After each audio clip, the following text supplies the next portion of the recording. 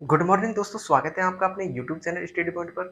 जैसा कि दोस्तों अभी 1.2 प्रश्नावली के अंदर अपन ने सिर्फ अंकगणित की आधारभूत त्रिज्यमिति उसके बारे में अपन ने चर्चा करी थी। अभी तक उसमें अपन ने सवालों पर उसका कैसे प्रयोग करते हैं और उसका कैसे यूज करते हैं वो अपन ने नहीं जाना था। यानी कि अब जो अपन 1.2 प्रश्नावली है उसके अंदर सिर्फ अब जो अपन ने अंकगणित की आधारभूत में पढ़ी थी उसका अपन उपयोग करने वाले हैं और उससे कैसे किस प्रकार से सवाल होते हैं, कैसे क्या होता है, उसका आज पूरा प्रोसेस जानने वाले हैं। ठीक है, मैं यहाँ पर आपको बताता हूँ। जो पहला सवाल है वो आपको स्क्रीन पर दिख रहा होगा और मैं फटाफट यहाँ पर सवाल लिखता हूँ।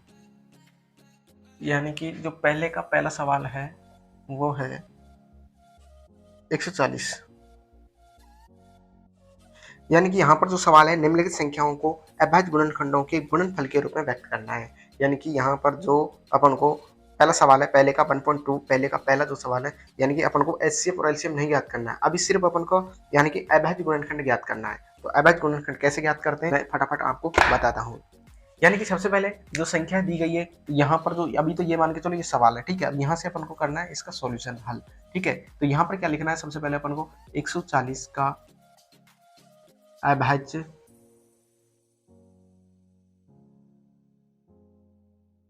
गुणनखंड करने पर, ठीक है। यानी कि 140 का अभाज्य गुणनखंड करने पर,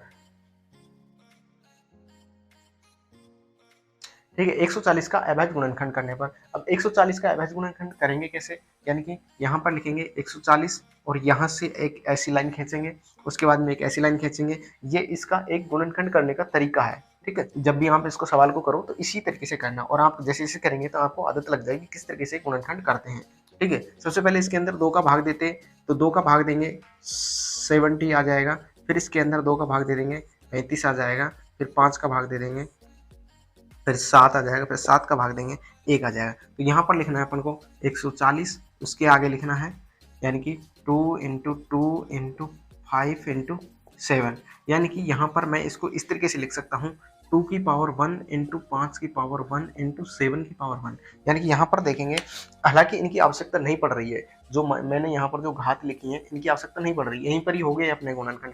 लेकिन अपन इसको यहाँ तक सॉल्व करेंगे, क्योंकि जब अपन आगे सवाल करेंगे और जब एचसीएफ और एलसीएम याद करेंगे तो वहां पर आपको पता होगा कि मैंने बताया जा चुका है कि वहां पर अपन घातों के बारे में कुछ चर्चा कर रहे थे। तो वहां इसलिए घात कैसे लिखी जाती है वो भी यहीं पर ही सीख लेते हैं, ठीक है। तो यहाँ पर देख सकते हो 2 की पावर 1 कैसे आया, क्योंकि सॉरी यहाँ पर है जो 2 की पावर 2 आएगा। यहाँ पर देखेंगे 2 की पावर यानी कि 2 कितनी बार है, यहाँ 2 बार है, तो इसलिए यहाँ पर 2 की पावर 2 लिख दिया। 5 कितनी बार है, 1 बार है, 1 लिख दिया। 7 कितनी बार, 1 बार लिख दिया। इस तरीके से जितनी संख्या जितनी बार मल्टीप्लाई में है उस संख्या को उतनी बार ही उसके ऊपर पावर में लिख देते हैं। जैसे 2 बार में था तो 2 के ऊपर 2 की घात लगाकर इसको लिख दिया, ठीक है। यहाँ पर ये सवाल सॉल्व हो चुका है, इसको यहाँ पर लिख सकते हैं। इसके बाद में नेक्स्ट दूसरा सवाल करते हैं। दूसरा सवाल है जो आपको स्क्रीन पर दिख रहा होगा, यानी कि दूसरा सवाल है यह है 156। 156 वो यहाँ पर क्या करना है, 156 का अभाज्य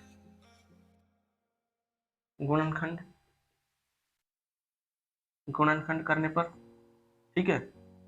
इसके बाद में यहाँ पर 156 लिखा, पहले का पहला चल रहा है, पहले का दूसरा चल रहा है। 156 लिखा, यहाँ पर 2 का भाग दिया, 2 संते 14, 1 बच गया, 2 अंठे 16, फिर 2 का भाग दे दिया 39 आ गया।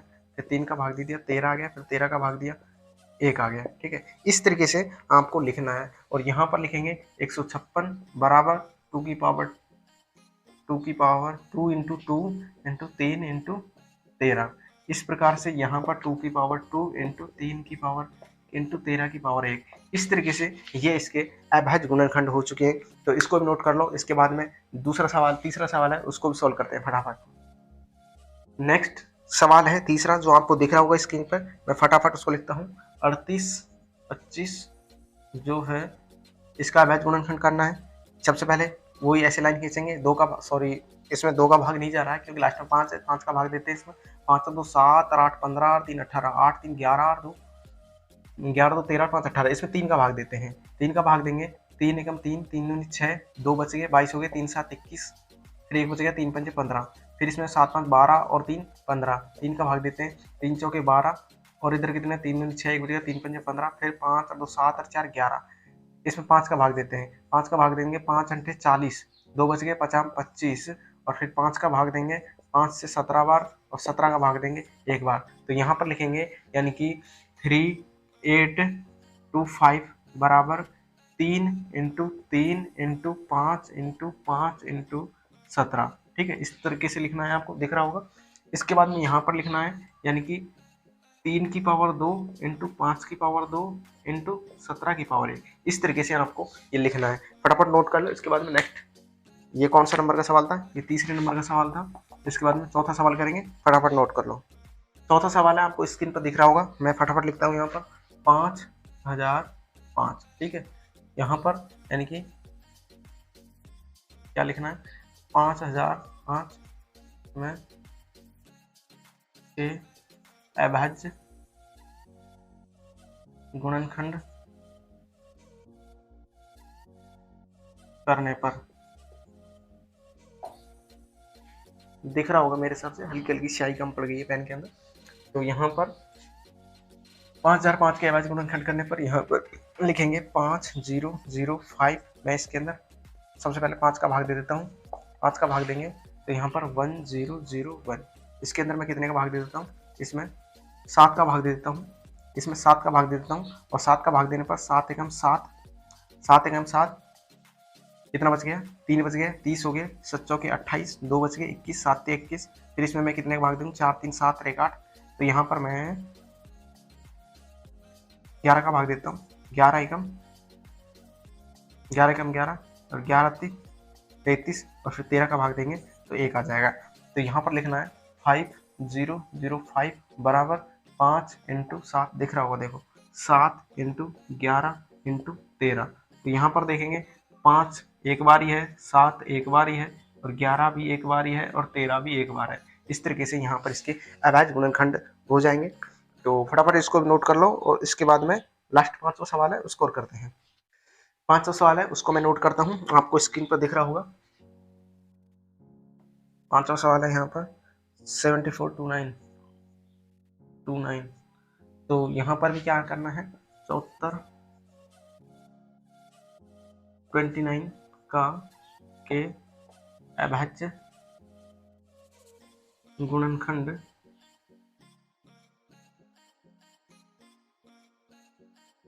करने पर, अभाज्य गुणनखंड करने पर। ठीक है, इसके बाद में यहाँ पर लिखना है अपन को 7429। इसके अंदर ऐसे लाइन खींचनी है, ऐसे भाग देना है। ठीक है, अब इसके अंदर भाग देंगे तो यहाँ पर देखेंगे किसका भाग जा रहा है। तो यहाँ पर जो है 2 का भाग नहीं जा रहा, 3 का भाग देके चेक करते हैं। 9 और 2 11, 11 4 15 7 22। 3 का भी नहीं जा रहा, 4 का भी नहीं जा रहा, 5 का भी नहीं जा रहा, 6 का भी, जब 2 का 3 का नहीं जा रहा 6 का भी नहीं जाएगा और 7 का भी नहीं जा रहा। तो यहाँ पर इसके अंदर जो भाग है वो 9 10 11 12 13 का भी नहीं जाएगा, 14 15 16 17 का भाग देके देखते हैं एक बार इसमें। ठीक है, 17 का भाग देके देखते हैं। 17 का भाग देंगे तो यहाँ पर है जो 17 पंजे 85 और 17 चौके 68। 68 कितना बच गया? 6 बच गए, 62 हो गए और 17 चौका 68 और यहाँ पर 62 हो गए। 17 51, 17 51, 9 और 2 11 बच गए और 19 हो गए, 17 7 119। इसके बाद में इसमें भाग देंगे यानी कि इसके बाद में भाग जाएगा इसमें 23 का। ठीक है, इसके बाद में इसमें भाग जाएगा 23 का। 23 का जब इसमें भाग देंगे 23 दूना 46, 46 43 से ज़्यादा हो जाएगा, 23 एकम 23। तो यहाँ पर घटाएंगे तो यहाँ पर कितना बच गया? यहाँ पर बच जाएगा 20। ठीक है, 20 और 7 कितने में 207 और 23 से नम्मा हो जाएगा 207। 23 से नम्मा हो जाएगा 207। तो यहाँ पर है जो 19 आ जाएगा और फिर 19 का इसमें भाग देंगे तो यहाँ पर 1 आ जाएगा। तो इस तरीके से जो यहाँ पर 74 29 है इसके यहाँ लिख देंगे 17 इंटू 23 इंटू 19।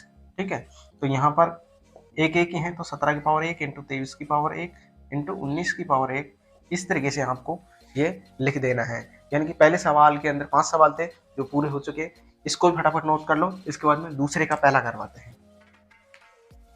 दूसरे का जो पहला सवाल है यानी कि दूसरा जो सवाल है, पूर्णांकों के निम्नलिखित युग्मों के एचसीएफ एलसीएम ज्ञात कीजिए। आपको ये सवाल स्क्रीन पर दिख रहा होगा, मैं यहाँ पर देख रहा हूँ। पूर्णांकों के निम्नलिखित युग्मों के एचसीएफ और एलसीएम ज्ञात कीजिए तथा इसकी जांच कीजिए कि दो संख्याओं का गुणनफल एचसीएफ इंटू एलसीएम, यानी कि मैंने जो फॉर्मूला बताया था ना, यानी संख्याओं का गुणनफल और इंटू एचसीएफ इंटू एलसीएम, उसकी जांच भी करवा रहा है, यानी कि क्या ऐसा है प्रूफ करना है, और यहाँ पर एचसीएफ और एलसीएम ज्ञात करना है। ठीक है, तो यहाँ पर मैंने पहला सवाल है उसको नोट करता हूँ। पहला सवाल है 26 और 91, 26 और 91। ठीक है, सबसे पहले क्या करना है आपको, यहाँ पर यानी कि यहाँ लिखना है 26 के अभाज्य गुणनखंड करने पर, मैं इसके अंदर अभी ये सवाल कर लेते हैं, इसके बाद में इसमें स्याही डालेंगे, थोड़ा सा कम दिख रहा है। करने पर यहाँ पर लिखेंगे, यानी कि करना आपको कैसे, रफ कार्य के लिए, यानी कि 26 यहाँ लिखेंगे, 26 के अंदर 2 का भाग देंगे 13 आ जाएगा, 13 के अंदर भाग देंगे 1 आ जाएगा। तो इस तरीके से आपको लिखना है। फिर यहाँ 2 की पावर 1 और 13 की पावर 1, इस तरीके से आपको करके देखना है। अब मैं यहाँ पर ये रफ कार्य का जो काम है ये आपने पहले सवाल में सीख लिया है, अब आपको डायरेक्ट लिखना है यहाँ पर। ठीक है, किस तरीके से लिखना है, यानी कि यहाँ पर भाग देंगे तो इसके अंदर 13 आ जाएगा, 13 की पावर 1 और सॉरी शुरू में 2 का भाग देंगे, 2 की पावर 1 और 13 की पावर 1। ठीक है, 2 की पावर 1 13 की पावर 1। इसी प्रकार 91 के अभाज्य गुणनखंड करने पर तो यहाँ करेंगे अपन, यानी कि इसमें सबसे पहले किसका भाग देंगे, 7 का भाग देंगे, उसके बाद में 13 का भाग देंगे, 13 की पावर 1 और 7 की पावर 1। अब यहाँ पर अपन को क्या ज्ञात करना है, यहाँ पर अपन को यानी कि इसका एचसीएफ और एलसीएम दोनों ही ज्ञात करना है।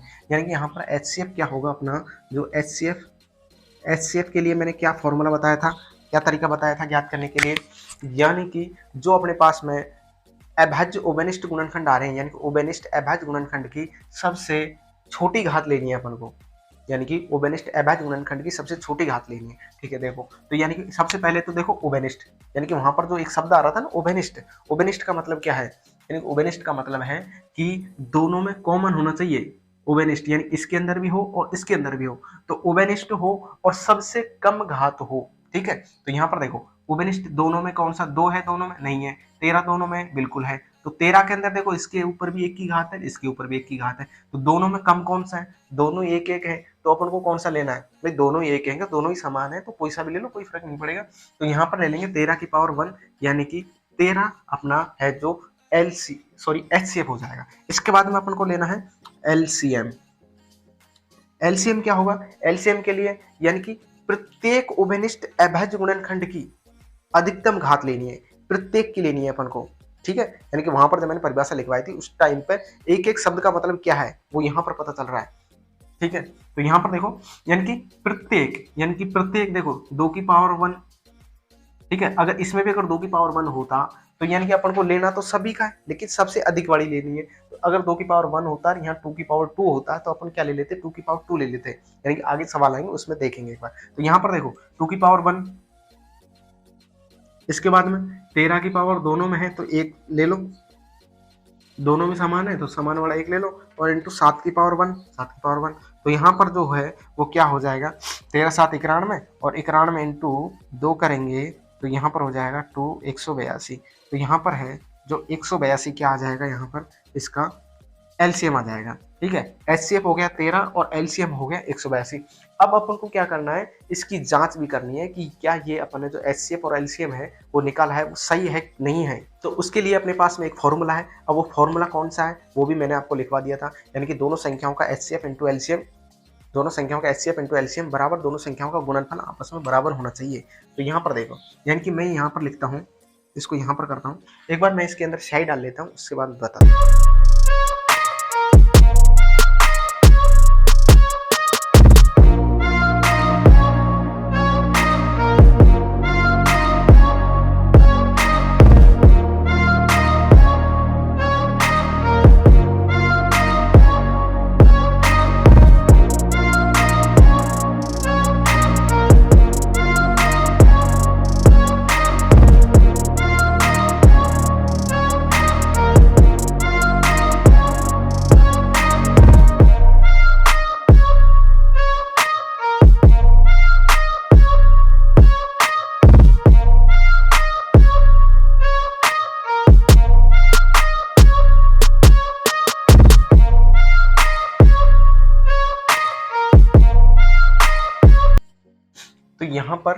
अपने पास में क्या आ गया है, यानी कि HCF और LCM आ गए हैं। तो अब अपन को क्या करना है, इसकी जांच करनी है। अब जांच करने के लिए अपने पास में क्या फॉर्मूला है, यानी कि HCF इंटू LCM बराबर A इंटू बी। ए और बी क्या है, यानी कि दोनों संख्या हैं, और HCF LCM अभी अपन ने ज्ञात किया है। ठीक है, तो यहाँ पर अपन एक काम करते हैं, यानी कि HCF कितना है, 13 है, 13 को यहाँ लिखो।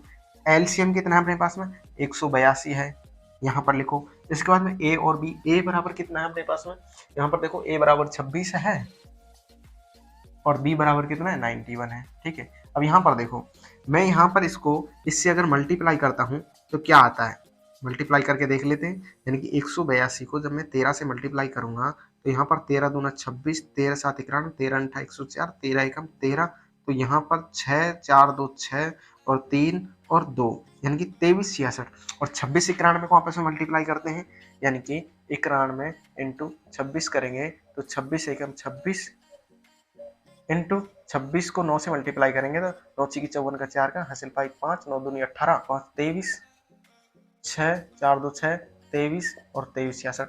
तो यहाँ पर देखा, यानी कि जो 13 इंटू 182 किया तो भी 2366 आ रहा है, और 26 इंटू 91 किया तो भी 2366 आ रहा है। तो यहाँ पर मैं इसको मिटा देता हूँ,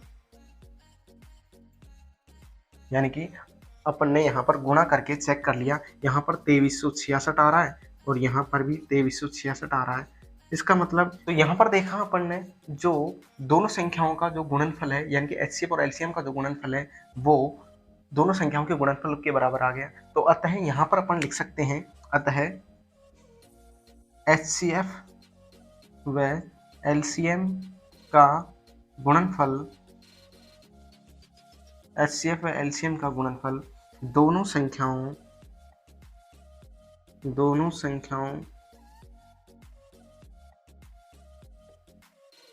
के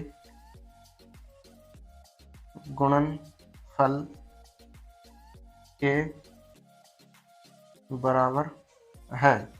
यानी कि HCF और LCM का जो गुणनफल है दोनों संख्याओं के बराबर है। यहाँ पर अपना जो सवाल था शुरू में, उसके अंदर भी अपन से क्या पूछा था, यानी कि HCF और LCM ज्ञात कीजिए, यानी कि दोनों संख्याएं, दी गई संख्या है उनका HCF और LCM ज्ञात कीजिए, और दोनों संख्याओं का LCM और HCF का गुणनफल क्या दोनों संख्याओं के गुणनफल के बराबर है नहीं है, ये जांच करनी थी अपन को। तो अपन ने HCF और LCM ज्ञात कर लिया, यहाँ पर देख सकते हैं HCF और LCM ज्ञात कर लिया। उसके बाद में दोनों संख्याओं का गुणनफल ज्ञात कर लिया, आपस में बराबर है, यानी कि अपन को जो काम दिया गया था वो बिल्कुल पूरा हो गया। आप यहाँ पर भी इसको नोट कर सकते हैं। इसके बाद में नेक्स्ट सवाल देखते हैं।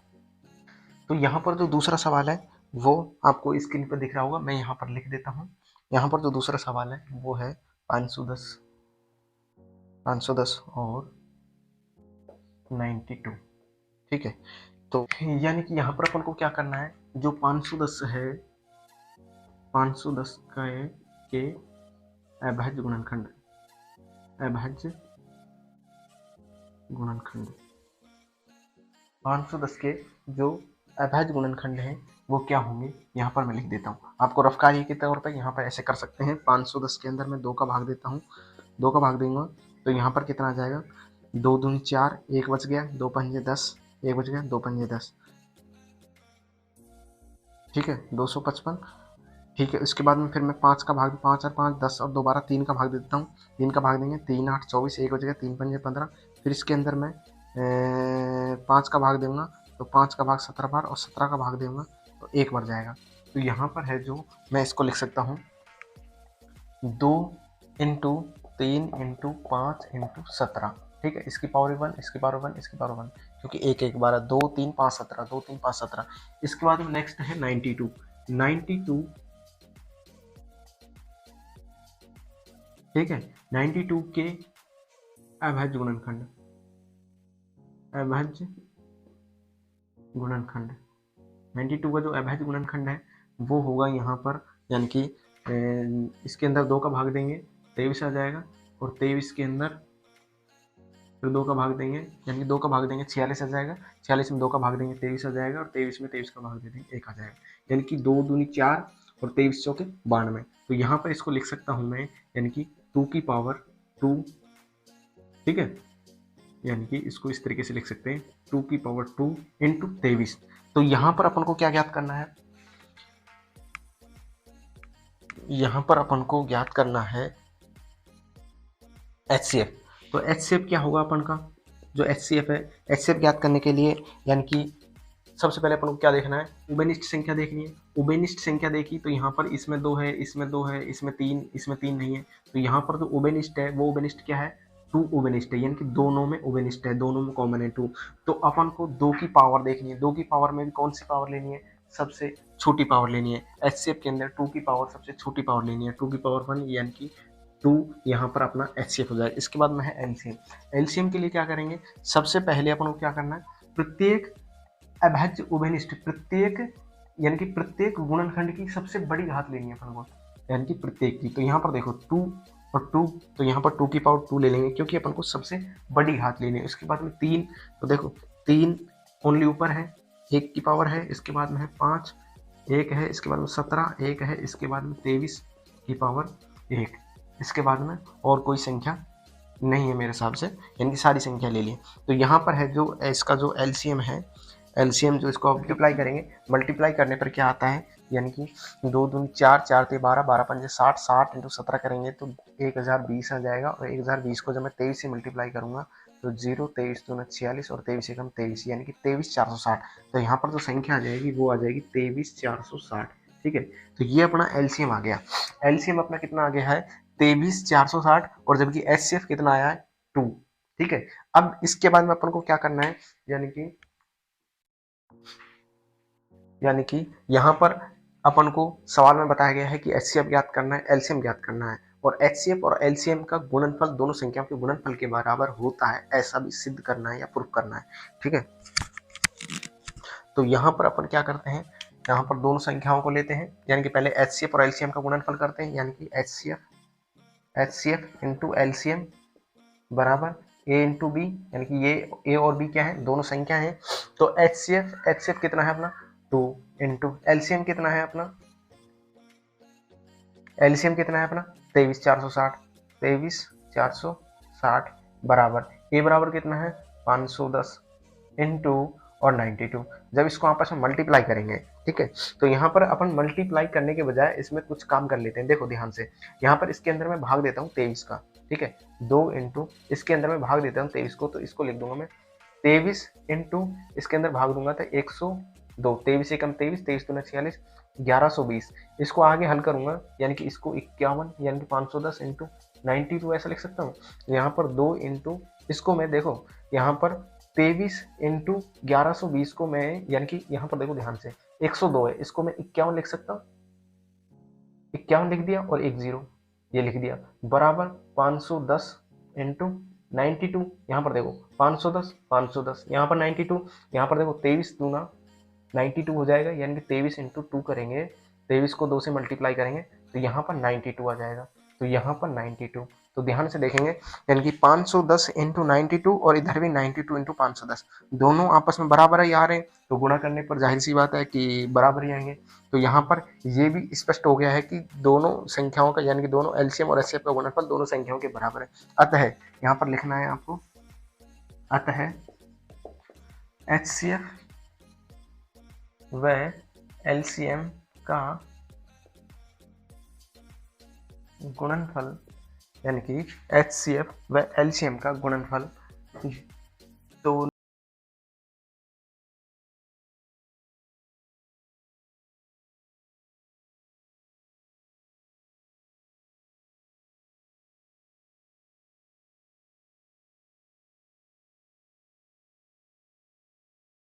है, ठीक है। अतः HCF व LCM का गुणनफल दोनों संख्याओं के गुणनफल के बराबर है, ऐसा अपन से पूछा था सवाल के अंदर, यानी कि दोनों संख्याओं का गुणनफल और HCF और LCM का गुणनफल आपस में बराबर होता है कि नहीं होता है, ये चेक किया था अपन ने, जो बिल्कुल सिद्ध हो गया, यहाँ पर प्रूफ हो गया है। तो इसको फटाफट नोट कर लो, इसके बाद नेक्स्ट सवाल करते हैं। तो यहाँ पर जो तीसरा सवाल है वो है 336 और 54। मैं आपको भी स्क्रीन पर दिख रहा होगा, मैं यहाँ पर लिख देता हूँ 336 है और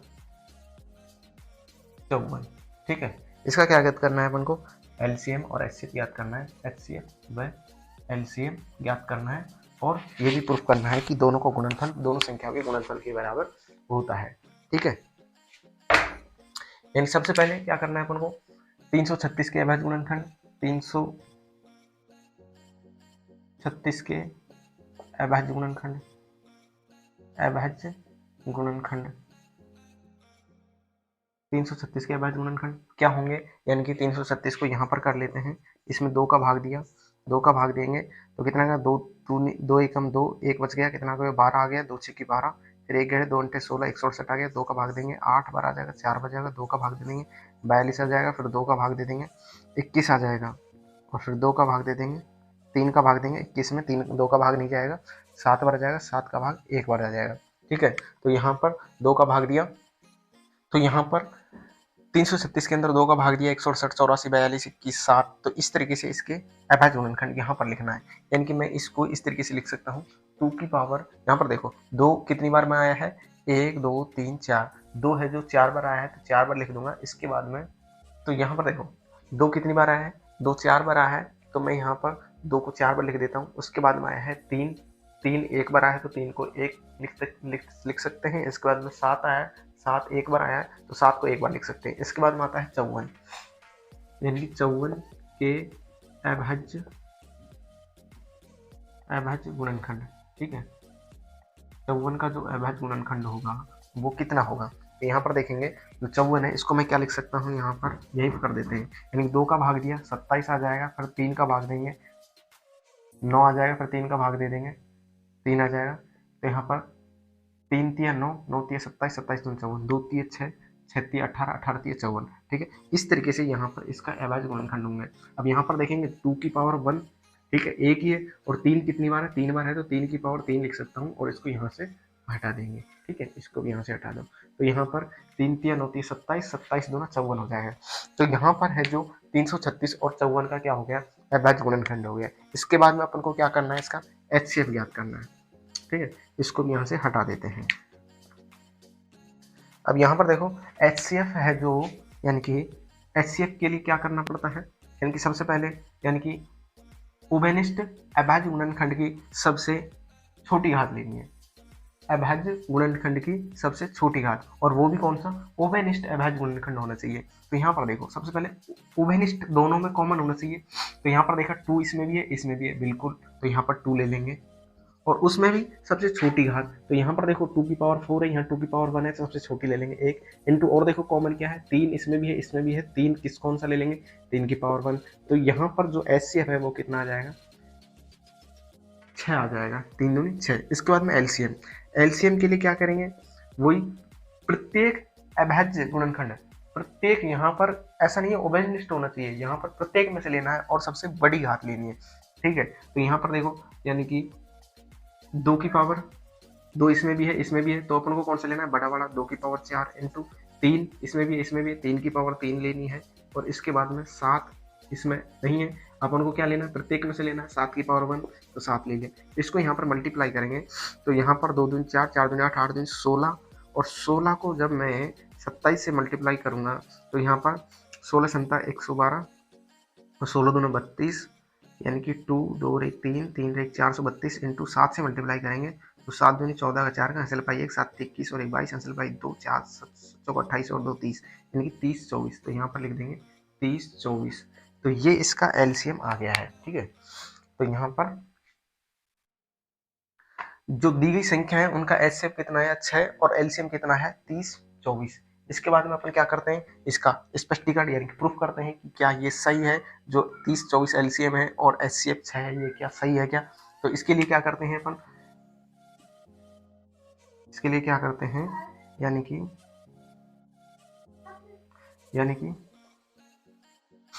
इसके लिए क्या करते हैं, HCF इंटू LCM बराबर A इंटू बी, यानी कि HCF और LCM का गुणनफल दोनों संख्याओं के गुणनफल के बराबर है, ऐसा प्रूफ करना है। ठीक है, HCF देखो कितना है, HCF यहाँ पर 6 इंटू LCM कितना है, यहाँ पर देखो 30 24 बराबर A बराबर कितना है, A बराबर 336, 336 इंटू बी है 54। तो यहाँ पर जब मैं इसको एक दूसरे से मल्टीप्लाई करूँगा, तो यहाँ पर है जो संख्या आएगी, यानी कि जब मैं इसको 6 से मल्टीप्लाई करूँगा, 6 चौके 24 का 4 का हासिल भाई 2, 6 दूनी 12 और 2 14 का 4 का हासिल भाई 1 और 6 ती 18, 18 144 और जब इसको भी आपस में मल्टीप्लाई करेंगे तो 18 144 ही आएगा। तो यहाँ पर लिख सकते हैं अतः दी गई संख्याओं का HCF व LCM